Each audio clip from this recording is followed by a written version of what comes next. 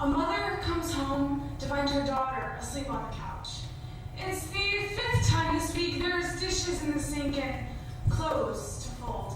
Her mother wakes her with a shake of the wrist but doesn't hear the painful hiss that escapes her pale lips.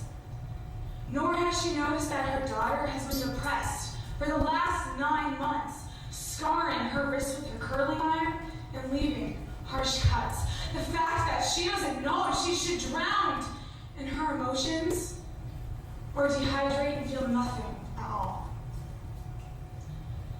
There's a boy, and he's got this brother in college. His grades are not the best. He got an F on his last test. And his parents always seem to ask him, why? Why are you not like your brother? Well, why? Why would he be like his brother? We are not our siblings, and we are our own person for a reason.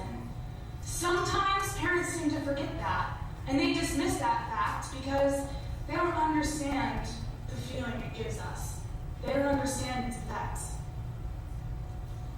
A little girl decides that she doesn't want to be a little girl anymore.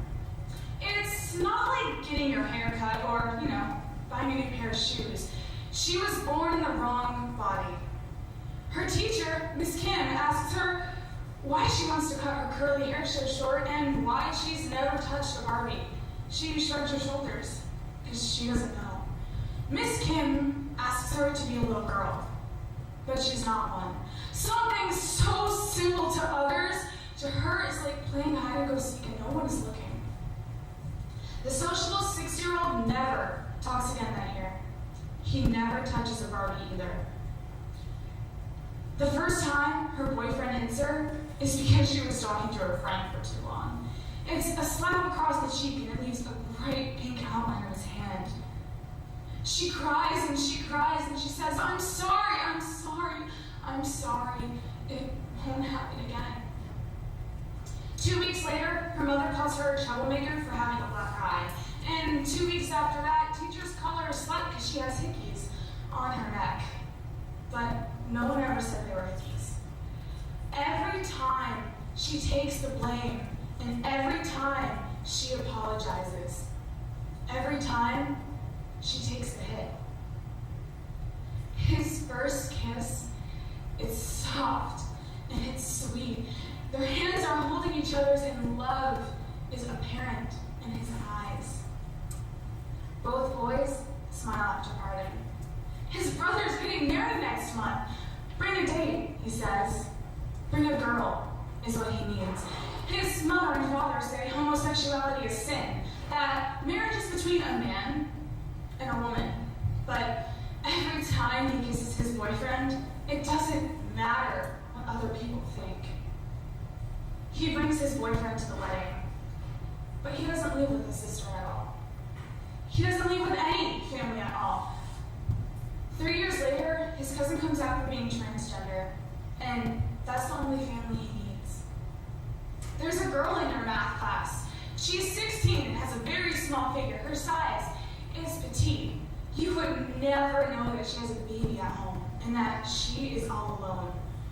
There's a woman who moved in next door. She's about 80, and her kids have grown up and had their own kids. And when she sees this 16-year-old girl with a baby in her arms, she whispers, slut, whore, irresponsible.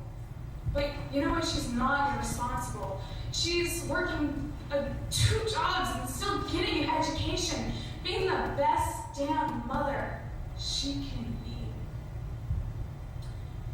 But she doesn't take the time to see that. They don't take the time to see that. We don't take the time to see that.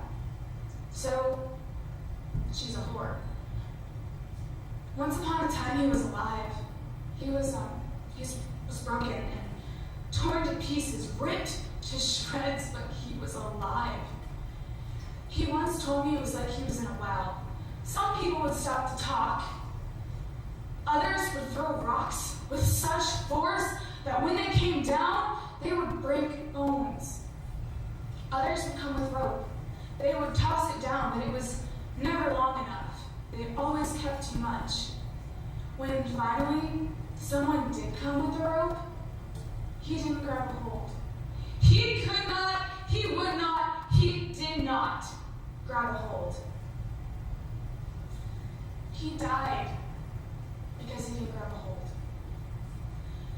Everybody has a mask. We are all hiding something. You, and I do too. People tend to scratch the surface. They only get small fragments of our story. They always say to let people in. They want to help, they want to understand, but why should we open our masks to people who aren't going to make the effort to break them open?